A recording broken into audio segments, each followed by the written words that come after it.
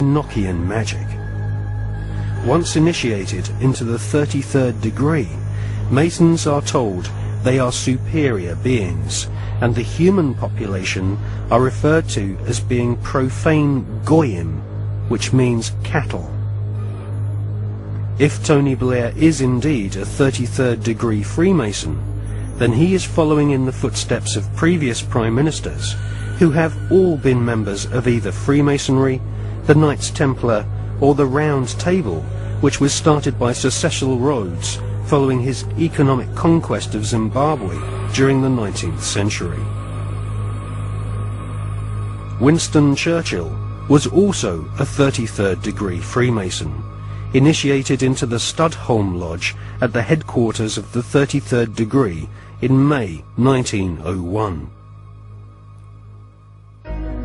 Winston Churchill was also a member of the Order of Druids, who often meet at Stonehenge during the spring equinox, whilst members of the British public are forcibly restrained from this ancient megalithic site by thousands of police officers. The ancient Druid rituals at Stonehenge can be considered harmless when compared to the murderous, satanically inspired ceremonies of Freemasonry. Most Freemasons do not progress beyond the first 3 degrees, or exams of initiation. These are often called the Blue Degrees. In fact, many Masons do not even realize that beyond the 3rd degree of Master Mason, that there are higher degrees. The higher degrees of Freemasonry are almost exclusively populated by men of aristocratic lineage, or ex-officers of the armed forces. In all, at any one time, there are no more than a few dozen men who reach the 33rd degree. As they pass each ritual test, the ceremonies become more bizarre and include symbols which can be found in ancient Egypt, with initiates being given pompous titles such as sovereign, prince, or knight.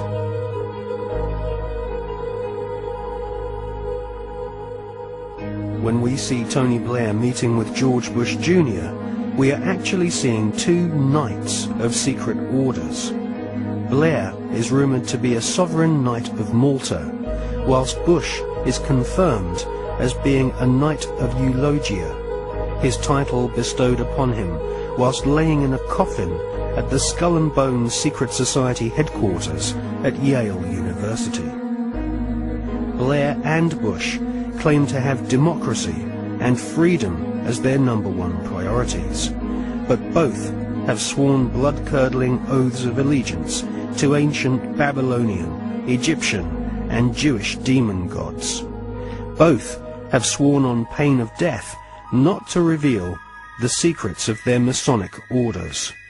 Both have been initiated into the age-old Illuminati global network, which is obsessed with death and murder. I mean, are we being ruled by politicians who consult with Baphomets and demons? Yes, we are.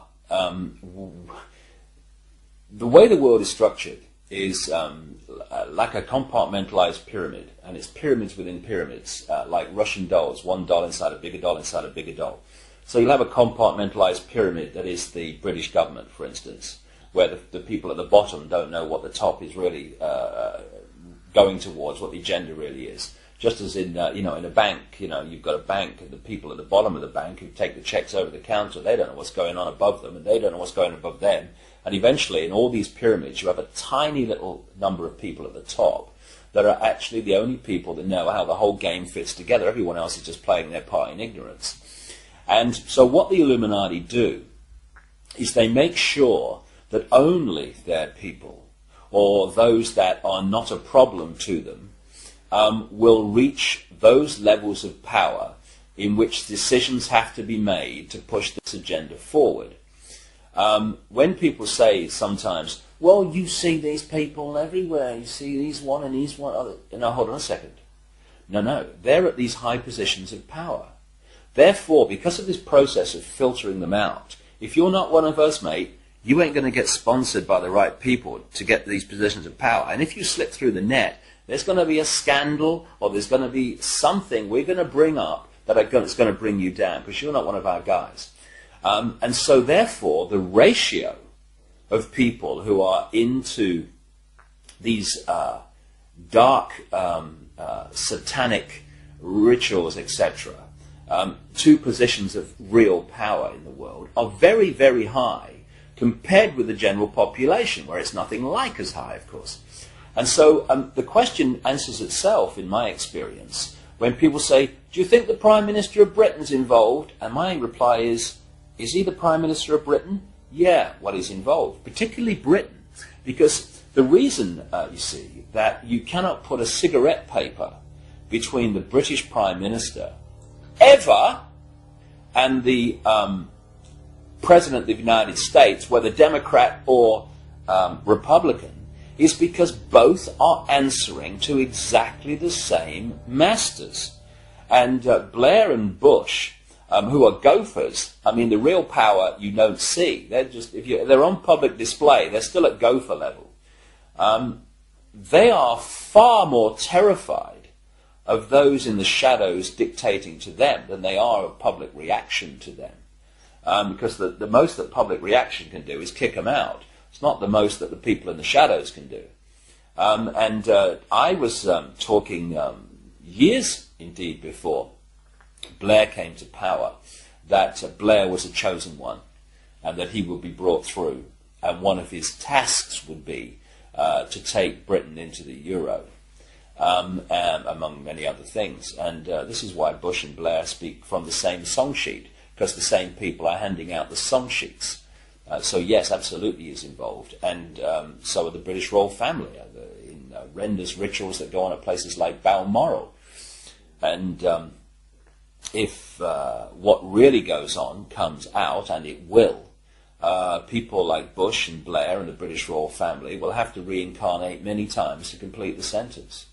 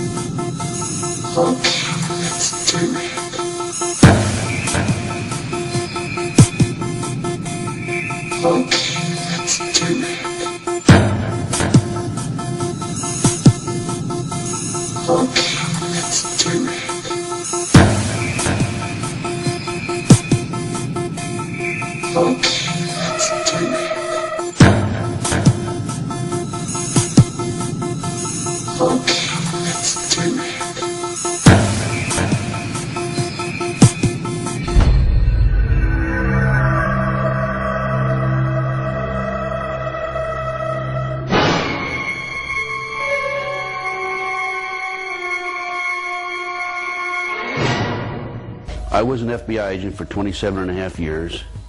At the time of my retirement, I was the senior special agent in charge of the FBI Los Angeles Division. I have been qualified in the courts as an expert on cults and satanic ritual abuse. I have information from various sources that judges, law enforcement, prosecutors, attorneys, doctors, and many prominent individuals, including actors, actresses, professional football and baseball players, are involved in these type activities.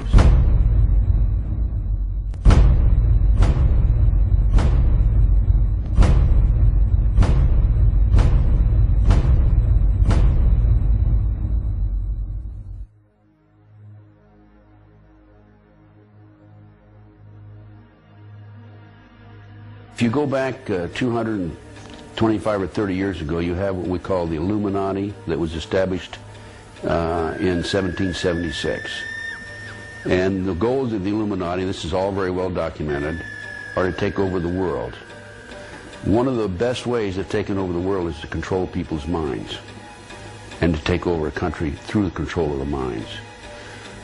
So what's happening in America, and based on my research and my interviews with numerous individuals, is that the powers that be, the higher-ups, the people in the Illuminati, are using the satanic cults as a means and as a tool to condition individuals and to make them victims of the mind control